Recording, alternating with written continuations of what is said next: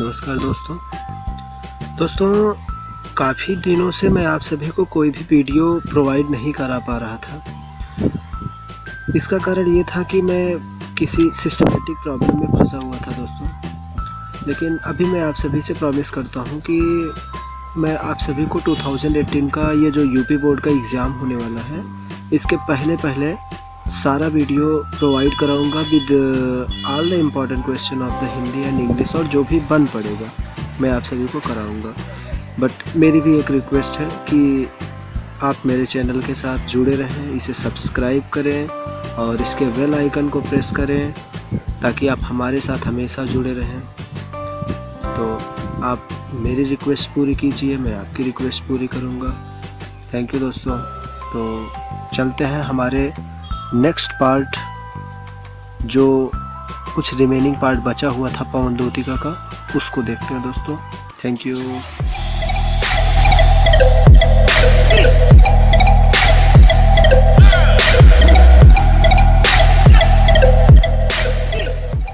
तो हमारे पास बचा हुआ था कि राजाओं सा सिर पर लसा दिव्य आपीड़ होगा, राजाओं सा सिर पर लसा दिव्य आपीड़ होगा, शोभा होगी उभय श्रुति में स्वर्ण के कुंडलों की, नाना रत्ना कलित भुज में मंजु केयूर होंगे, मोती माला लसित उनका कमुसा कंठ होगा। तो अगर आपको ध्यान होगा तो इसमें राधिका जी पवन से अनुरोध कर रही हैं, श्री कृष्ण के पास जाने के लिए अनुरोध कर रही हैं। और पवन से क्या क्या अनुरोध कर रही हैं वो तो आप पीछे देख चुके हैं, और अभी भी कुछ रिक्वेस्ट है उनकी, कुछ अनुरोध है उनका, तो वो देख लीजिए क्या है उनका अनुरोध। कह रही हैं, पहचान बता रही हैं श्री कृष्ण होंगे कैसे, पहले तो पहचानो श्री कृष्ण है कैसे। तो ये पहचान बता रही हैं, कह रही हैं कि तू अगर वहां जाएगी तो तू उनको पहचानना ऐसे कि राजाओं सा सिर पर लसा दिव्य आपीड़ होगा, मतलब कि आपीड़ उनके सिर पर दिव्य मुकुट होगा, उनके सिर पर लसा हुआ दिव्य मुकुट होगा। कैसे? जैसे राजाओं के सिर पर होता है। तो राजाओं के जैसे उनके सिर पर दिव्य मुकुट लसा हुआ होगा, और उनके कान में, उनके दोनों कान में जो कुंडल लगे होंगे, उन कुंडलों की शोभा उनके कान में लग जाने की वजह से बढ़ रही होगी। अर्थात श्री कृष्ण के कान तो इतने सुंदर हैं कि वो उनके कानों की शोभा कुंडल क्या बढ़ाएंगे, उनके कान खुद ही कुंडलों की शोभा बढ़ा रहे होंगे। अर्थात श्री कृष्ण हमारे इतने सुंदर हैं, इतने अच्छे हैं। और फिर कह रही हैं कि नाना रत्ना कलित भुज में मंजु केयूर होंगे, नाना रत्ना कलित भुज में मंजु केयूर होंगे। अर्थात उनकी भुजाओं में अनेक रत्नों से युक्त बाजू बंद लगे होंगे। और कह रही हैं कि मोती माला लसित उनका कम्बुसा कंठ होगा, अर्थात उनका जो कंठ होगा वो कैसा होगा, शंख के समान होगा। जैसे शंख की आकृति होती है वैसे ही उनका गला होगा, उनका कंठ होगा शंख के समान, और उसमें भी मोती की माला लसित हो। तो अर्थात हम फिर से एक बार देख लें कि राजाओं सा सिर पर लसा दिव्य आपीड़ होगा, शोभा होगी उभय श्रुति में स्वर्ण के कुंडलों की, नाना रत्ना कलित भुज में मंजु केयूर होंगे, मोती माला लसित उनका कम्बुसा कंठ होगा। अर्थात उनके सिर पर राजाओं के जैसे उनके सिर पर मुकुट विराजमान होगा, लसा हुआ होगा, और उनके दोनों कानों में जो कुंडल लगे होंगे वो उनके कानों में लग जाने की वजह से शोभा पा रहे होंगे। और भी उनके मतलब कि उनके भुजाओं में बहुत ही रत्नों से युक्त बाजू बंद लगे होंगे, और उनका गला शंख के समान होगा जिसमें मोती माला लसित होगी। तो हम आगे चलें कि तेरे में है ना यह गुण जो तू व्यथाएं सुनाए, व्यापारों को प्रखर मतियों और युक्तियों से चलाना, बैठे जो हूँ निज सदन में मेघ सी कांति वाले, तो चित्रों को इस भवन के ध्यान से देख जाना। मतलब यह है कि तेरे में है नायह गुण जो तू व्यथाएं सुनाए, अर्थात तू तो बोल सकती नहीं है, तू कहाँ से बोल पाएगी, तू बोल करके तो व्यथाएं सुना नहीं पाएगी कि राधा कितनी उदास है, क्यों भेजी है मेरे पास। और भी जो गोपांगना है, गोपियां हैं, उनके दुख के बारे में भी तो विवरण श्री कृष्ण को नहीं दे पाएगी, क्योंकि तू बोल तो सकती नहीं है। तो तू बोल नहीं सकती, अर्थात तेरे में ये सारे गुण तो विद्यमान नहीं है। इसलिए तू इन सारी बातों को अपने प्रखर मति का इस्तेमाल करके, प्रखर मति इस्तेमाल करके युक्तियों से उनको कैसे बताए कि पहले तू मेरी बात सुन।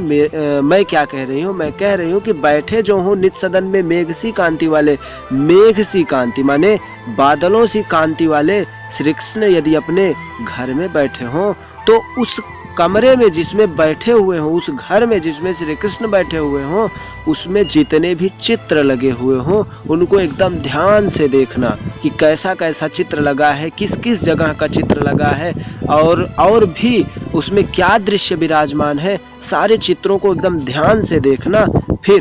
फिर से एक बार देख ले कि तेरे में है नया गुण जो तू व्यथाएं सुनाए, व्यापारों को प्रखर मति और युक्तियों से चलाना, बैठे जो हो नित सदन में मेघ सी कांति वाले, तो चित्रों को इस भवन के ध्यान से देख जाना। अर्थात कि तेरे में ये सारे गुण विद्यमान नहीं है कि तू व्यथाएं अपने मुंह से बोल करके बता सके, तो अपनी बुद्धि का युक्त इस्तेमाल करके सारी बात को कैसे बताएगी। ऐसे बताना कि यदि श्री कृष्ण अपने घर में बैठे हुए हैं, अर्थात मेघ सी कांति वाले श्री कृष्ण अपने घर में बैठे हुए हों, अपने कमरे में बैठे हुए हों, तो उस कमरे में, जिस कमरे में श्री कृष्ण बैठे हुए हों, उसमें जितने भी चित्र लगे हुए हों, जिस जिस जगह का चित्र लगा हुआ हो, सबको ध्यान से देख लेना। यदि उनमें से, मतलब कि अब कैसे होंगे चित्र वो हम अगली लाइन में देखेंगे कि जो चित्रों में विरह विधुरा का मिले चित्र कोई, तो जाके निकट उसको भाव से यो हिलाना, प्यारे होके चकित जिससे चित्र को और देखें, आशा है यो सूरत उनको हो सकेगी हमारी।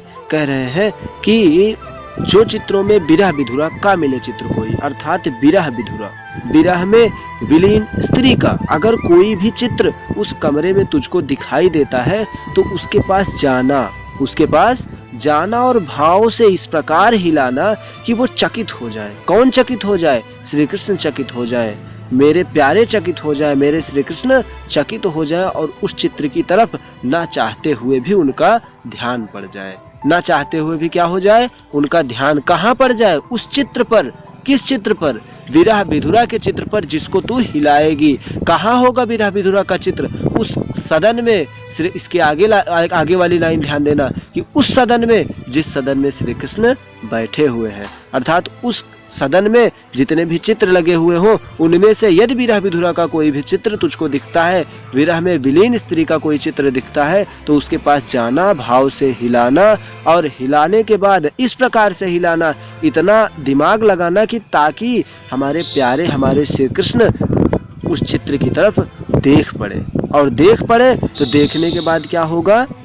तो चित्रों को इस भवन के आशा है यो सूरति उनको हो सकेगी हमारी। इस प्रकार से हमें आशा नहीं, पूर्ण विश्वास है। क्या आशा है? हाँ, आशा है या पूर्ण विश्वास है कि उनको विरह विधुरा के समान इस विरह विधुरा अर्थात राधिका जी का याद आ सकेगा, मेरा याद आ सकेगा कि मैं भी एक विरह विधुरा हूँ, और मैं भी श्री कृष्ण के विरह में विलीन होकर के इसी प्रकार से, जिस प्रकार से चित्र में बैठी हुई विरह विधुरा अपने प्रियतम को याद कर रही है, उसी प्रकार से राधिका भी विरह विधुरा के सदृश आपको याद करती है। ऐसा हमारे श्री कृष्ण को याद हो सके। तो दोस्तों आगे चलते हैं कि आगे क्या है कि फिर कहती है कि किस प्रकार का और चित्र तुझको दिखाई पड़ेगा। कैसा चित्र? कह रही है कि जो कोई भी इस सदन में चित्र उद्यान का हो, और हो प्राणी विपुल उसमें घूमते बावले से, तो जाके सन्निकट उसको और हिला के उसे भी देवात्मा को सूरति ब्रज के व्याकुलों की कराना। कह रहे हैं कि अगर उस सदन में, किस सदन में? अभी हम इसके दो अंश पहले वाले में देख चुके हैं कि किस सदन में? जिस सदन में श्री कृष्ण बैठे हुए हो। किस सदन में? जिस सदन में हमारे श्री कृष्ण बैठे हुए हो, उस सदन में अगर किसी उद्यान का चित्र लगा हुआ हो, और उस उद्यान के चित्र में बहुत सारे प्राणी बावले से पागल होकर के, दुख में विलीन होकर के घूमते इधर उधर दिखाई पड़े, तो तुम क्या करोगी फिर? विरह विधुरा वाले में जो करी थी वो कैसे करी थी? वो जो करी थी उसके बाद क्या करोगी? तुम उसके सन्निकट जाना और उसे भी हिलाना। जैसे विरह विधुरा वाले चित्र में हिलाना था, वैसे ही इसमें इस चित्र को भी हिलाना। हिलाने के बाद जब वो देखेंगे तो भी उनको ब्रज की याद आएगी, उस ब्रज की जिस ब्रज में बाल गोपाल और भी गोपांगना, साथ साथ मैं भी हूँ। उसमें जिस प्रकार से उस चित्र में प्राणी बावले से टहल रहे होंगे, ठीक उसी प्रकार से हम ब्रजवासी भी टहल रहे हैं, उनके विरह में व्याकुल हैं।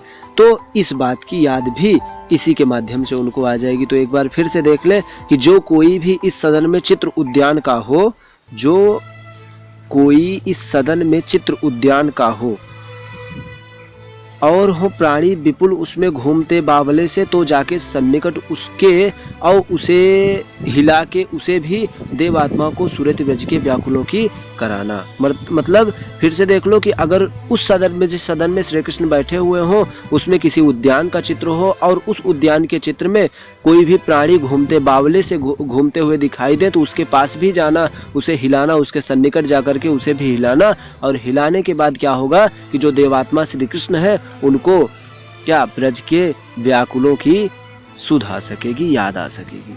तो आगे चलते हैं कि जो प्यारा कुसुम कुम्हला गेह में पड़ा हो, तो प्यारे के चरण पर ला डाल देना उसे भी, यो देना ऐ पवन बतला फूल सी एक बाला मलाना हो कमल पग को चूमना चाहती है। मतलब कि अगर क्या है इसका मतलब कि कोई प्यारा कुसुम कुम्हला गेह में जो पड़ा हो, गेह माने घर में, तो घर में अगर कोई भी कुम्हलाया हुआ फूल, प्यारा सा कुम्हला करके कोई भी फूल अगर उस घर में पड़ा हुआ हो, तो क्या करना? तो उस पुष्प को लाना, अपने झोंकों से उठा करके लाना और प्यारे श्री कृष्ण के चरण पर उसे भी डाल देना। डालने के बाद क्या होगा? यो देना ऐ पवन बतला फूल सी एक बाला, मतलब खुद को कह रही है कि मैं एक बाला हूं जो कि पुष्प के समान है, पुष्प के समान है। और वो बाला आपके प्रेम में व्याकुल होकर के, मलिन होकर के, दुखी होकर के आपके चरण कमलों को चूमना चाहती है। फिर से देख ले कि कोई प्यारा कुसुम कुम्हला गेह में जो पड़ा हो, तो प्यारे के चरण पर ला डाल देना उसी को, यो देना ऐ पवन बतला फूल सी एक बाला मृणाना हो कमल पग को चूमना चाहती है। मतलब कि अगर उस घर में कोई भी प्यारा सा पुष्प कुम्हलाया हुआ पड़ा हो, तो अपने झोंकों से उठा करके श्री कृष्ण के चरणों में ला करके उसे डाल देना। और इस प्रकार से ऐ पवन श्री कृष्ण को बता देना, क्या बता देना? कि आपके विरह में पागल होकर के, व्याकुल हो करके एक विरह विधुरा आपके चरण कमलों को चूमना चाहती है। फिर आगे क्या है कि जो प्यारे मंज उपवन या वाटिका में खड़े हो, जो प्यारे मंज उपवन या वाटिका में खड़े हो, छिद्रों में जा क्वणित करना बेणुसा कीचकों को, यो होगी सूरत उनको सर्व गोपांगना की, जो है वंशी श्रवण रुचि से दीर्घ उत्कंठा होती। मतलब कि जो प्यारे मंज उपवन या वाटिका में खड़े हो, प्यारे श्री कृष्ण यदि किसी उपवन या वाटिका में खड़े हुए हो, मंज वाले उपवन या वाटिका में खड़े हो, तो बांस के छिद्रों में जाना और उसको बजाना। क्या करना? क्वणित करना माने बजाना। और इस प्रकार से यो होगी सूरत उनको सर्व गोपांगना की, क्योंकि जब श्री कृष्ण अपने घर पर थे तो क्या करते थे? इसी प्रकार से बंसी बजाया करते थे, अर्थात उस बांस के छिद्र में जाकर के कुछ बंसी जैसा स्वर निकालना। निकालने के पश्चात क्या होगा कि उनको अपनी बंसी की याद आएगी, और उस बंसी के माध्यम से उनको ये याद आएगा कि अपने घर पर वो इसी प्रकार से बंसी बजाया करते थे और सभी ग्वाल वाले उनकी धुन में पागल होकर के नाचा करते थे।